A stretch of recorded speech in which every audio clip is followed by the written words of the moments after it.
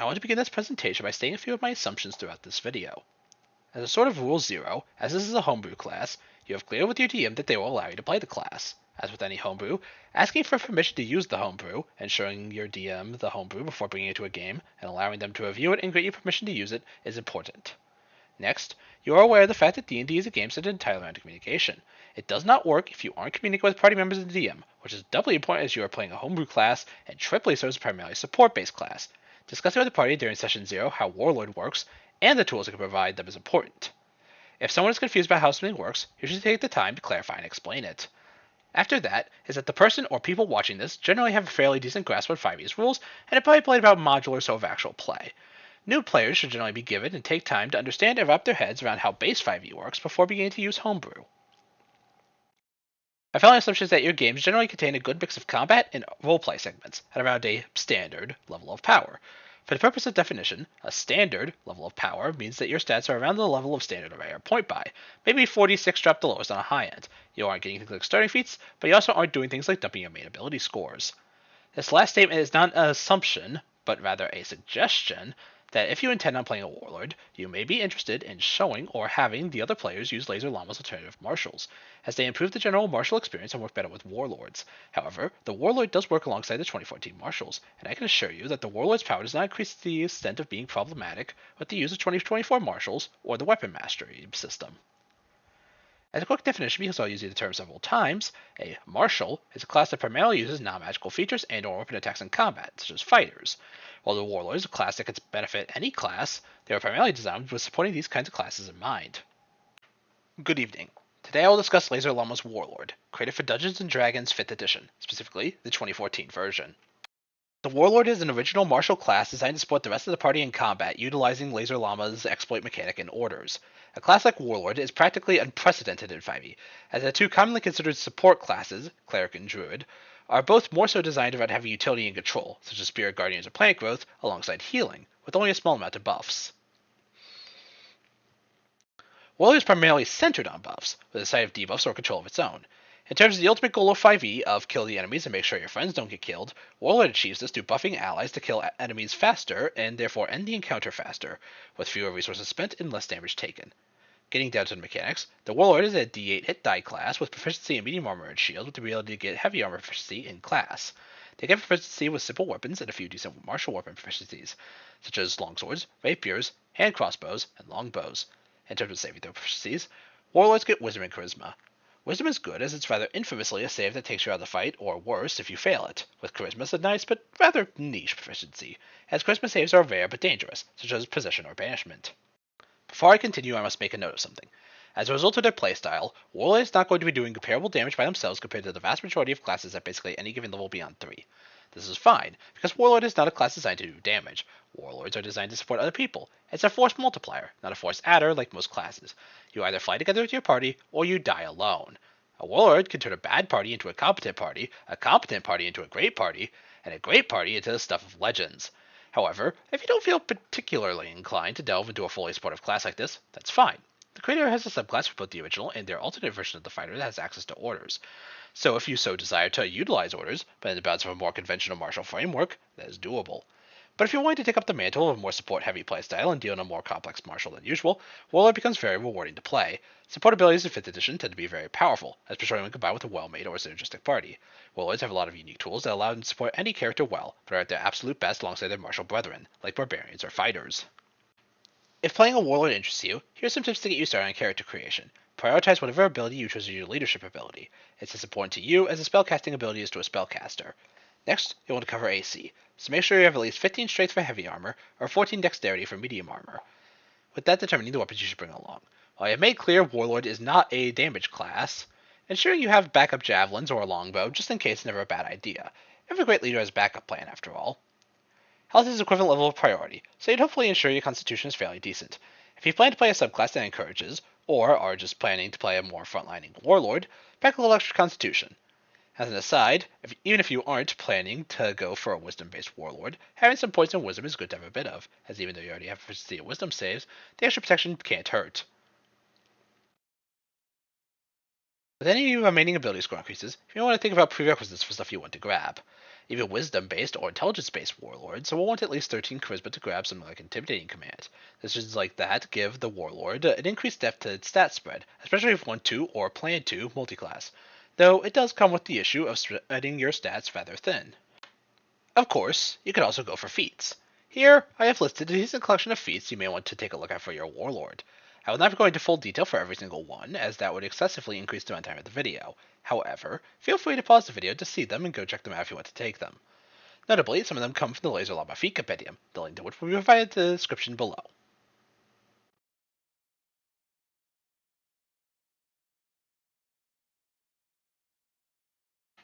Finally getting to the Warlord itself, level 1 has two features, Leadership Style and Inspiring Word.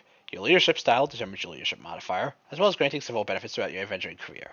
The three choices for your leadership style coincide with the three mental scores, Captain for Charisma, Mentor for Wisdom, and Strategist for Intelligence. These all come with their unique benefits and exploit access, alongside upgrades later in the game. Strategists use intelligence, and when you roll initiative, you can choose to swap your initiative with one of your allies. Not only does it allow you to get the fights faster, but it can also be used as a separate ally for success if they have a key option. Your wizard might need to get off control spell, or your ranger might want to shoot something down before they start their turn, so having a high initiative, being able to change out yours for theirs to give them a leg up is always a good thing. Mentors use wisdom, and can spend a reaction when a creature within 15 feet misses with an attack or fails an ability check to add a d4 to roll. This is a solid utility, notably one that stacks with guidance or bardic inspiration if available, and wisdom is generally a strong ability score to have. Captains use charisma as their leadership modifier, gaining proficiency in heavy armor and their choice of either persuasion or intimidation proficiency. It's basically a good choice for frontline warlords who want to make the party hard to kill because at later levels they gain features to make themselves and their allies more defensive. Regardless of which of the three leadership styles you choose, every warlord gets Inspiring Word. This allows you to spend a bonus action to heal a target within 30 feet that hears you by a roll of their hit die plus leadership modifier. Notably, this doesn't expend the hit die. Think of this feature how a paladin might think of lay on hands, but in a lighter context. If Paladin's Lay on Hands is a Cure Wounds, then this is Healing Word. Currently, you get only 3 uses, all of which are planned on a short rest, but you receive more uses as you level. At level 2, you receive a Fighting Style. There are several choices, some old, some new, and some altered. I personally just recommend taking Defensive Fighting, as the price is utterly negligible for the benefits, as most warlords are already wearing armor, and so the +1 AC is very useful. You more importantly gain Tactical Exploits, the backbone of the warlord's playstyle, akin to Barbarian's Rage or Rogue's Sneak Attack. But what is an exploit? To answer that question in a single sentence, take a Battlemaster's maneuvers, expand it out into an entire game mechanic. At this level, you can learn 2 first-degree exploits, which are easy to grasp strategies and techniques slightly beyond just swinging a sword.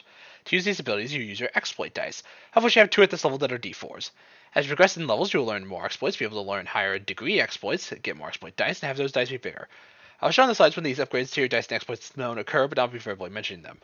I will only be discussing exploits in the framework of Warlord in this video, so even though the alternate marshals also possess them, those will not be discussed. It's worth noting that Warlord's subset of exploits, called Orders, are a particularly unique set. They follow this format. When you take the attack action, you can issue this order in place of an attack, targeting another creature that can see or hear you within 30 feet. X, with that X being the effect. For example, Defensive Order grants the target the benefit of the dodge action until the start of your next turn. It's also important to note that orders do not expend exploit dice. Warlord's exploit list primarily consists of support-based exploits, with a dash of control and out-of-combat utility, alongside a small amount of survivability. While I do not intend to list every exploit and its use cases, I'll give you a few suggestions of good exploits for the Warlord and some practical uses, going into detail about my personal top 3 for each degree, with some run-ups you should check out for yourself. The first of these suggestions is Attack Order. This is the bread and butter of Warlord, the default option. It's like boosting Constitution for an ability score increase. There may be better options sometimes, but you can never go wrong with it. This one follows the order structure of sacrificing one of your attacks to let the target make an additional weapon attack as part of their next attack action until the start of your next turn. It is very basic, but extremely useful, and how a warlord should primarily be doing damage, getting someone else to do it instead. There's an adage that a warlord swings a fighter as a fighter swings a sword, but I disagree. The warlord should be swinging the barbarian or the ranger instead, as they both get more value per attack than a fighter does. Generally, any class that gains extra benefits from attacking multiple times beyond just basic damage, like Barbarian's Rage or Ranger's Huntermark/Quarry, or even a Flame Tongue's bonus damage or a Monk using Stunning Strike, are prime targets for Attack Order. After that is Maneuvering Order. Following the order structure, the target gets to spend a reaction to move up to their movement speed without provoking attacks of opportunity. It's a very unique feature, as nothing like it exists in base 5e. Mobility is key for melee marshals, as they can't do the best damage without moving to close range, so several factors can screw with that. Difficult terrain, walls, hazards, or even just something as simple as a very mobile opponent or a very large map can make your life significantly harder. Maneuvering order evens playing fields, granting those marshals key mobility to close the distance. Also works well if an ally gets into trouble, such as being at low HP and being trapped in melee with a monster and being too risky to move without getting hit with an attack of opportunity. Maneuvering order can be used to get them out of the situation into a better one with ease. Finally, for the first degree, we have parry. When you get hit with a melee weapon attack you can see, while holding a finesse or versatile weapon, you can spend an exploit die, roll it, and add the result to your AC against that attack. Even just a single attack missing instead of hitting can be a difference maker, so it's a good use of your exploit dice if you're going to be dedicating the rest of your exploits at this level to orders. Level 3 begins your tuition at Academy of War, your subclass, which will be discussed after the base class. Level 4, like every class, is your first ability score increase since your character's creation. Level 5 is your entry into Tier 2 play, and like every martial except Rogue, comes with extra attack. Notably for a Warlord, this lets you make 2 orders per turn, whether they be 2 different orders on the same target, 2 of the same order on different targets, or 2 different orders on different targets. It's also a bit different from most extra attacks, as unlike the regular extra attack, it lets you make a weapon attack as a bonus action if you spend your action doing dash or disengage. This can't be replaced with an order due to orders only being able to replace attacks based part of the attack action, but it's a nice way to add a bit of damage to a turn that otherwise wouldn't have any. Additionally, second degree exploits are now available to you. Here are some of my suggestions. Hold the Line is an interesting exploit for Warlord, and sets a key fantasy, the final stand. You spend a bonus action to set your feet, granting yourself and all allies within 10 feet that are holding weapon or shield half cover, so plus 2 to AC and plus 2 to dex saves, with that plus 2 also applying to ability checks and saving throws to avoid getting moved against your will. The benefits immediately end if you leave your space, and do not affect incapacitated creatures. It's a nice defensive boost, and allows you to form a clump of melee allies with something like a paladin's aura of protection to just form a clump of dudes with really good defense. Resilient Order is like the older brother of Steadfast Order. It follows the order structure, granting a target a boost to their intelligence, wisdom, and charisma saving throws equal to your leadership modifier. This is very good, as a lot of mental saves come from debilitating abilities and spells like Frightful Presence, Mind Whip, or even the infamous Hold/Dominate Person. As a result, this offers a layer of protection to marshals, who commonly, and rather infamously, don't tend to invest in these stats or to protect themselves beyond maybe taking Resilient Wisdom to protect that, but you can never be too safe. Wild Charge is a fantastic choice for any melee marshal, as it compresses mobility, damage, and setup all into a single action on your behalf. You spend an action and an exploit die to choose another creature within 30 feet that can see or hear you, that instantly is able to move within their movement speed towards a hostile creature, make 1 melee weapon attack against it. On hit, they do extra damage equal to a roll of your exploit die, and if the target is equal to its, the original person that's moving towards them, size or smaller, they must make a strength save or fall prone. While strength is commonly a very good save for most monsters, if it does go off, it's very good. Prone is a condition that is great for melee marshals due to granting advantage on all melee attacks and forcing the target to spend half their movement getting up, so if they try to flee, they can't get away nearly as well. Level 6 is just a subclass feature. Level 7 grades Valiant Leader, a buff based on your leadership style. Captains get the ability to target unconscious, but not dead, creatures with inspiring words even though they can't normally hear you. This allows you to do the yo-yo healing strategy, where you bring a downed ally up with an insubstantial amount of hit points in order to reset their death saves and potentially get them their turn instead of having to spend it making their death save. Naturally, this is very nice for a bonus action heal for something like Inspiring Word. Mentors get an upgrade to their reaction, buffing its range to 30 feet and making the die equal to your exploit die. It effectively turns into a miniature bardic inspiration with unlimited use. Very handy. Strategists get a bonus to initiative rolls that they share with their allies within 15 feet, equal to their leadership modifier, so long as they are incapacitated or surprised. This bonus is incredible, and it's basically the best part of the alert feat free, and gets shared with allies in close range as well. Level 8 is just another ASI level. Level 9 is interesting, as you get 3rd degree exploits and Rallying Cry. Rallying Cry lets you spend a reaction when an ally fails their saving throw to instead let them reroll it, adding your leadership modifier to the roll. You can only use it once per short rest, but gain more uses later. Think of this akin to Artificer's Flash of Genius, or the reroll, and as a short rest resource. Protects your allies from dangerous saves they might have otherwise failed, which is very handy, alongside the fact this stacks with Steadfast or Resilient Order to give them a potential plus 10 to their save. Moving on to 3rd degree exploits, I want to make a note of the following. Exploits of 3rd degree and higher cannot be used more than once per short or long rest. First is Pack Tactics. It requires a wisdom of 15+, but you'll probably not get unless you're a mentor or took Ferocity as your subclass. Let you spend a bonus action and an exploit die to grant allies that can see or hear you within 30 feet advantage on attack rolls, as long as a conscious ally creature within 5 feet. It only lasts until the end of your next turn, unless you spend another bonus action sustaining it, not needing an exploit die to do that, but you can only do that for up to a minute. Naturally, giving someone this feature, especially stuff like a monk, a fighter, or even a warlock, who's going to make a lot of attacks, are going to be very good with this. After that is Warcry. Warcry needs plus 15 Charisma or Constitution, so basically any warlord can get it as long as you're investing in your Constitution. As an action, you force creatures of your choice within a 30-foot cone that can hear you to make a Wisdom save. On a failed save, they immediately drop everything and are frightened for 1 minute, only being able to remake the save as an action once they can no longer see or hear you. While Frightened Immunity is fairly common at this level and onward, it can easily warp the fight in your favor, as it's basically a no concentration version of the Fear spell that needs them to take an action to remake it once they can't see or hear you. Fear is already a very good spell in my opinion, that's only not really used because third level spells have several well-known, even more broken spells like Hypnotic Pattern, Fireball, or even Slow. Finally, is Stand the Fallen, giving something practically unheard of to marshals, multi-target healing. As an action, you spend exploit dice, up to your proficiency bonus, to let forth an inspiring shout, granting creatures that can hear you within 30 feet up to your leadership modifier, and heal equal to the result of all those exploit dice you rolled, and your leadership modifier. You target 0 HP targets are a viable choice, in which case they don't need to hear you, but they do gain a level of exhaustion. It's a risk, but get party members up if you have a pinch. Level 10 offers Unwavering Will, which has advantage on all saves to resist charms, frightens, and stuns. All three of these conditions make it a lot harder to properly Warlord, so this is a good defensive feature to have. Level 11 is the big leap into Tier 3 play. A fighter has 3 attacks. Paladins get improved Divine Smite. Casters are casting 6th level spells. And you get Tactical Superiority. When you roll for initiative, you gain a use of both Inspiring Word and Rallying Cry, and the range of both, as well as all of your tactical exploits, are doubled. This is very powerful, as increased range greatly improves several exploits, and the refreshed use of your other features means you'll never walk into a fight without them. Level 12 is an ASI level. Not a whole lot going on here. At level 13, you require 4th degree exploits. The first is Heroic Order. Following the order structure, remember these are now 60 feet for you because of your Tactical Superiority feature, the target gains an advantage on all attacks, ability checks, and saving throws, and is resistant to all damage until the start of your next turn. It's a single round of Foresight, arguably one of the best spells in the game not named Wish, but with resistance to all damage on top. Use it when you think something big is about to happen and someone's going to need to be incredibly buffed. Next is Revitalizing Order. Following the order structure, for targeting a creature that died within the last minute, it revives with HP equal to your level plus leadership modifier, and immediately stands up. But this can't revive people who died of old age or restore missing body parts. It has a very simple flowchart of whether or not you should use it. If your party has access to a lot of ways to revive a target, skip it.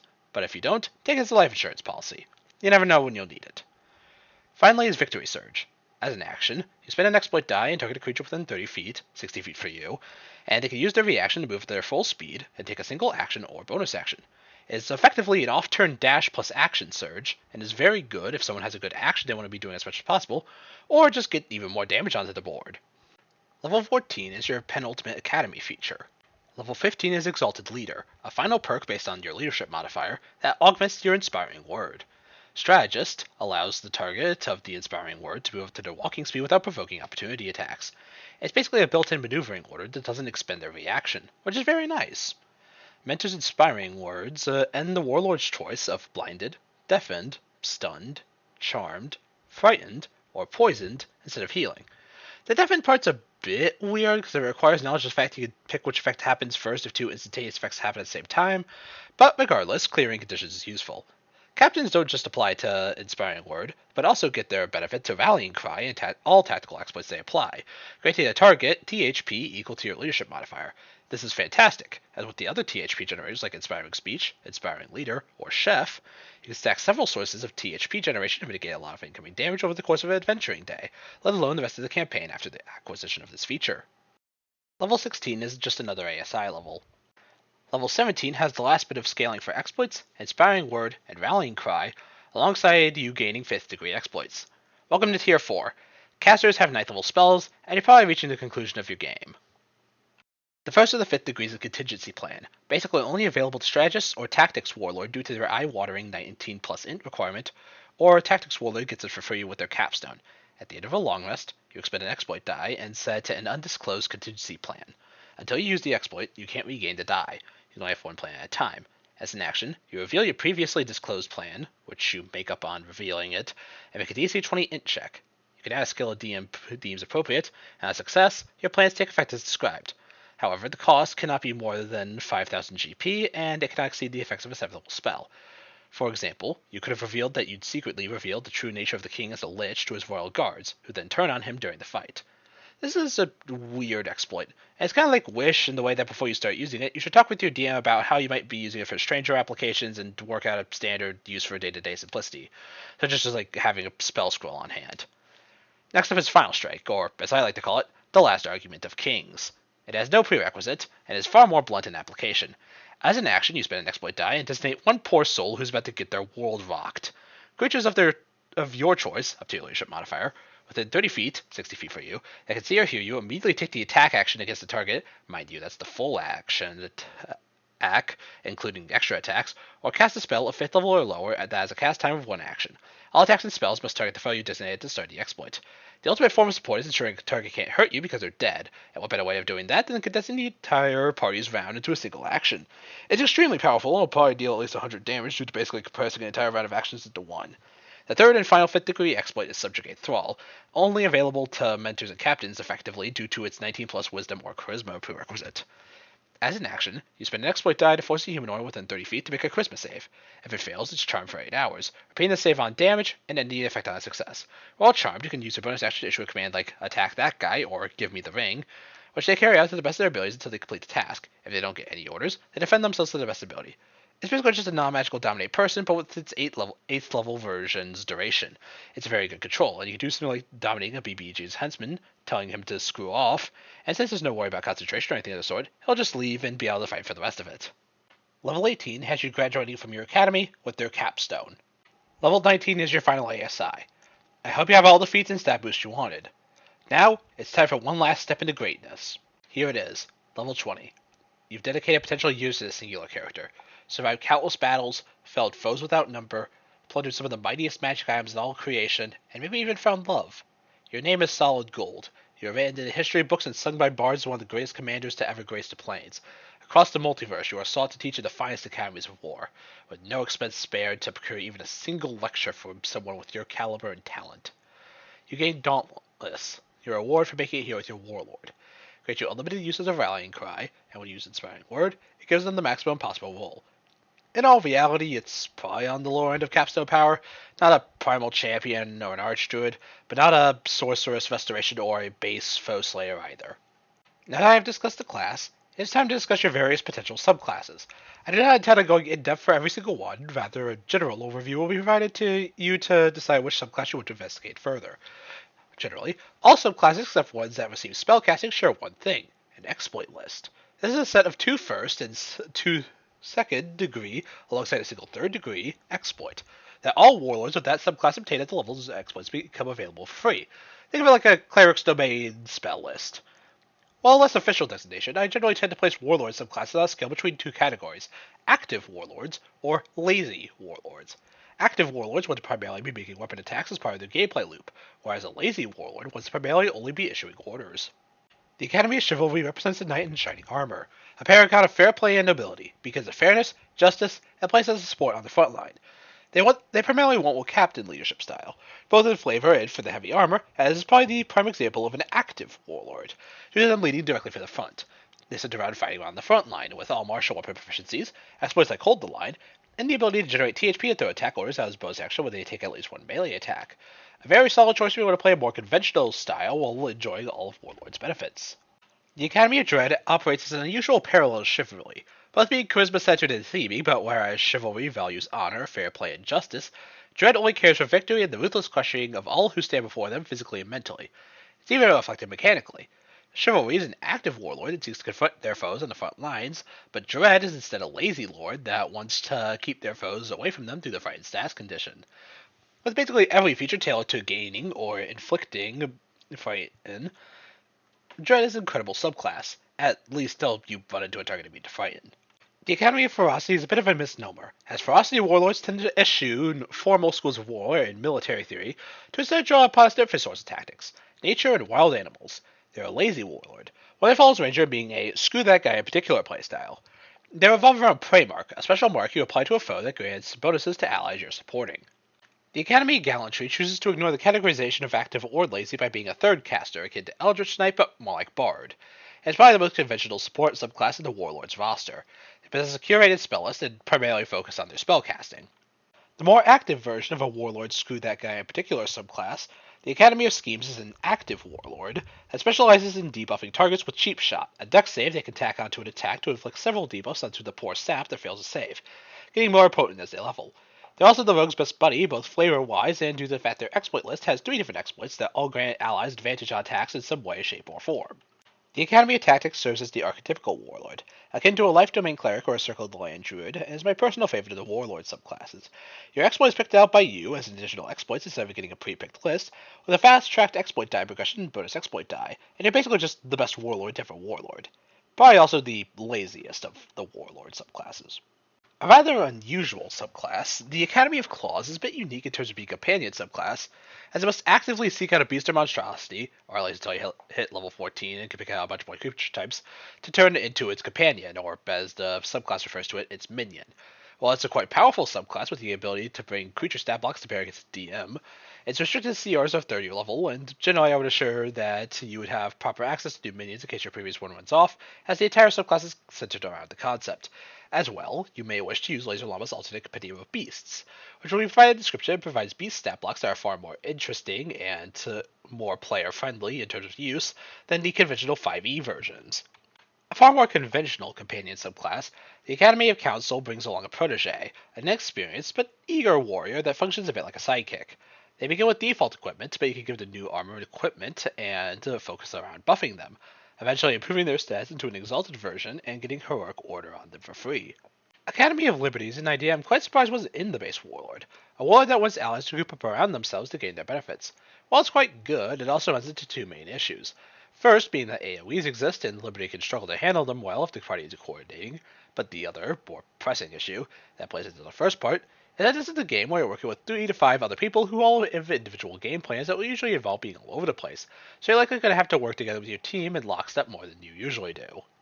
The Academy of Navigators is my favorite out of the expanded options. You get several useful proficiencies, a useful fighting style for free, and one of my favorite features for any warlord, Navigator's Crew. You form a pact with a number of creatures equal to your leadership modifier that become your crew.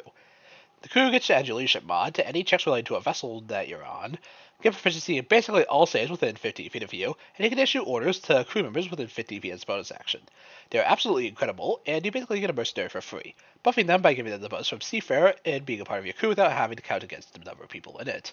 Your capstone is also very good, mostly due to being a range boost and a mini aura of protection and orders. The Academy of Orders name is another misnomer, as they're in truth more so based around Hold the Line, but the Academy of Hold the Line didn't roll off the tongue as well.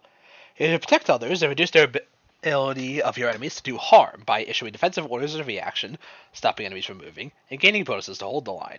If you don't want to see your party go down, pick Order Lord. They're firmly lazy lords, which fits because of the defensive prowess. The final Warlord subclass, for now, the Academy of Zeal functions as the third caster Warlord, and for it an anomaly on a scale akin to Scalds. They function a bit like a Cleric Warlord, with channel divinities, improved healing, and spellcasting, even potentially having a Divine Domain to choose your spells from, if your DM so allows. Now that I've gone over the Warlord as a class and its various subclasses, here's a quick fire part of suggestions for you whether or not you might want to roll up a Warlord as your next character. First, the pros. Warlord is a strong, unique support class that doesn't really do what any other class does. Even with just lower level exploits, you provide a load of abilities no other class can. Second, it's versatile. Every single one of Laserllama's classes are very versatile, and Warlords are no different. They can slot into basically any team comp and find a way to contribute. Third, they have spellcaster levels of roll compression. You can do so much with a single Warlord build it's utterly ridiculous. Control, support, defense, and utility are all Warlords to have. Finally, it's extremely strong at level 11 and beyond. By that point, you'll have a build in order, enough stat points to comfortably grab whatever lower degree exploits you want, start getting access to incredible 4th and 5th degrees, and alongside that, your party marshals will generally have strong magic items and equipment, making the value of each of your support abilities ever greater. However, no class is flawless. Warlord also has cons to counter its pros. First, its damage is subpar. Even if you build for it, Warlord by itself has practically nothing compared to other classes to output damage by itself. And even using things like Attack Order and Final Strike to increase other party members' damage, your contribution is best felt in places outside of damage. That party member thing is the next flaw of the Warlord. While inherently a part of the Warlord, it's extremely reliant on getting your party to play along with you and one another, taking full advantage of you and what you provide. If they don't, you are inherently contributing less than if you'd played a different class or were just doing it yourself, as it were. Even Claws and Council, the two subclasses designed around companions, which one could seek to help alleviate this issue, party members will always be preferable. You'll always have to do more discussion with the party than you normally have to about how you're going to do stuff and tactics. While not necessarily always the case, if you want to grab an exploit with a stat prerequisite that doesn't fit into your leadership stat or preference between strength or dex, it does make you quite multi-ability score dependent. As an example, if you want to take something like surprise attack as a captain, you'd need 15 strength for heavy armor, the constitution for health, charisma for leadership modifier, and then 13 in for surprise attack. Unless your subclass gives you what you're looking for in your subclass exploit list, you're going to have to make hard decisions stat-wise and potentially forego stuff that's important to have like dexterity or wisdom. Finally is your short rest reliance. Warlords need short rests to recover their resources until level 11, even though they don't recover a lot. And if you're in a party that doesn't take short rests, or they refuse to take them for whatever reason, then you'll struggle with resource conservation over multiple fights. Now that we've discussed Warlord's pros and cons, it's time to begin discussing Warlord under a more thoughtful lens. This is a space for more in-depth combinations and builds for Warlord. As a disclaimer, this section is going to be a lot more technical in the weeds, has more talk to your DM before doing type of strategies, and assumes you already have a pretty firm grasp on how 5e works and are a bit more knowledgeable than most about maximizing a character's potential, more so than the rest of the video. If you only came here to learn about what Warlords do, this is a good point to go ahead and click off the video. I thank you for your time, and wish you a good day. For those that choose to stick around, it's time to just see what this class can really do. Starting small, there's what orders to use on who and why. I won't be going over any previously covered orders, however. First is defensive order, which I've covered to an extent, but not how to use it beyond what it is. Once issued, the target gains a benefit of dodge until your next turn starts.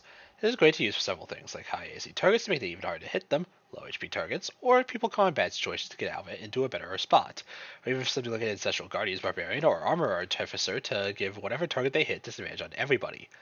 Next is Steadfast Order, which grants the target a bonus to their Strength, Constitution, and Dexterity saving throws, equal to your leadership mod until their next turn starts. This is mainly something to be used proactively, best for casters to have a spell that needs to stay up and want every bonus to their concentration that they can get, or the dex dumping fighter in plate that's about to get fireballed and needs a hand with their dex saves real quick. Support Order comes after, which is what I would like to call a toolbox exploit. Unlike Attack Order, which fulfills a single, easy to understand when it'd be a good niche, Support Order has several smaller applications. Let the target immediately take Help, Hide, Search, or the Use an Object action. Use an Object is the most obviously useful, as it can be used for something like activating a magic item, with Hide and Help being good as step advantage if you don't have Insightful Order, or Search being decent to find invisible targets. At second degree, there's the Insightful Order. It just grants the target advantage on their next attack roll. It's a natural shoo-in for rogues, but also works well on any class that wants to ensure their attacks land, like a caster that uses a lot of spell attack roll spells, or base Great Weapon Master / Sharpshooters -5 +10 damage attacks. After that is the Enlivening Order. This grants the target 5 times your leadership modifier, an extra feat of speed, doubles their long and high jump distance, and grants advantage on all acrobatics and athletics checks. It's great for grapplers that allows them to run up, grapple a target with advantage on athletics, and then drag them wherever they may desire, from hazards to AoEs to the infamous spike growth strategy. It's also good for people who want mobility but need their reactions. Finally, there's the Rejuvenating Order. It lets the target instantly repeat a save to end a condition currently affecting them. This is best for people suffering from conditions that completely ruin their contribution to a fight, like slow, hypnotic pattern, frightful presence, possession, etc. Next is good magic item selection. These are a bit more DM fiat-y, but if you are a DM for a Warlord, this is a good section to tune into. The first and probably most obvious is the plus X items. It's like a +1 half-plate or something like that. They're boring, but they're good. Next is spell scrolls, another generic but very good thing for Warlords. Warlord wants either a defensive spell scroll like Shield, Absorb Elements, or Counterspell, or a control spell like Hypnotic Pattern and Slow. They also make good use of buff spells. Stuff that gives you multiple casting of spells like Wands of Web or Enspelled items for 2024 5e also makes a great Warlord magic item. After that, you have the magic items that just set your stats to a fixed amount, like Amulet of Health, Gauntlet's Vogue Power, and the Giant Belt, since unless lets the Warlord invest in their valuable ability score increases to other stats or feats. It is worth noting that the ability score from these items does not render you able to learn exploits you otherwise wouldn't be able to.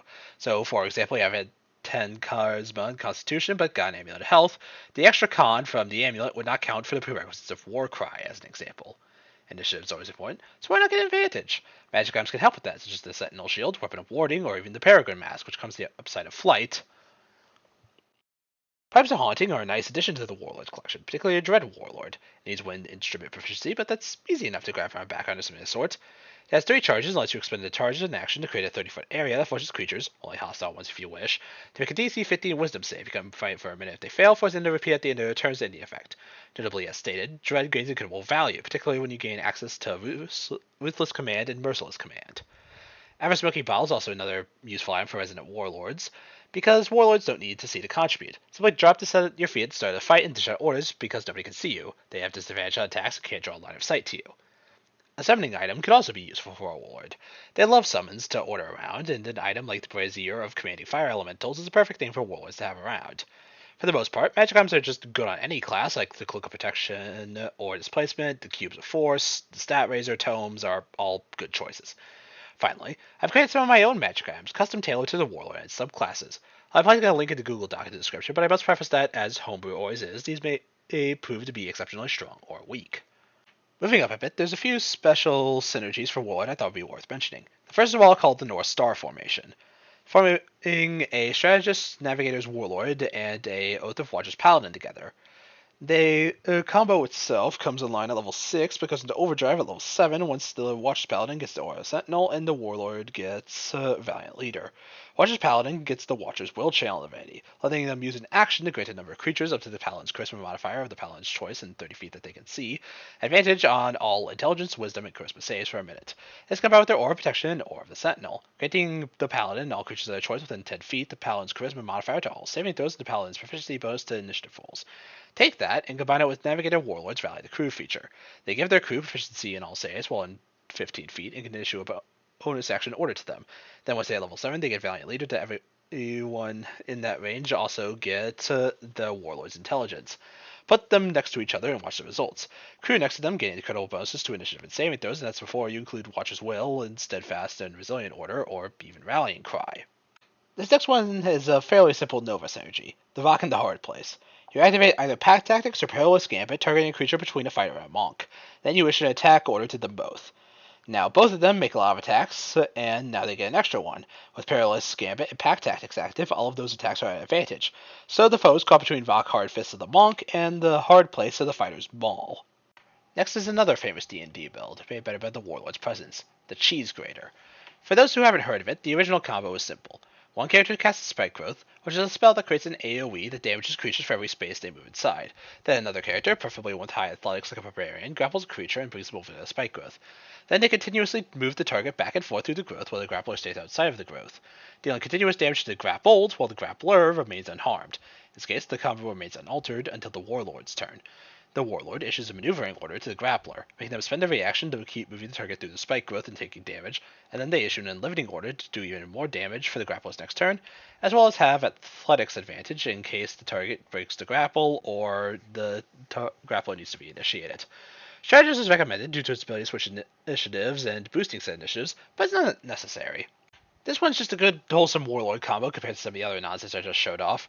Rook's Portable Bunker follows a simple through line. What if we just stood there with Hold the Line active and acted like an order dispenser? It's not the most exhilarating gameplay, but at least it's a simple loop. If you have people who want to be in the back, like a wizard, a sorcerer, a crossbow-wielding rogue, etc., having them hold a dagger in a free hand to meet Hold the Line's condition if they don't already isn't a terrible idea. There's 2 academies that work really well with this, Dread and Order. Order is fairly obvious, given that they grant several buffs to Hold the Line, can use Law's Shield to protect the allies further if they do get hit, and use Halt to keep someone from getting closer. But Dread's a bit more interesting, because their entire subclass is based on the fighting condition, which inherently causes the target to want to stay away from you, and have a disadvantage on attacking when you're in the line of sight. So, therefore, you can keep yourself and your ally together and enemies away from you.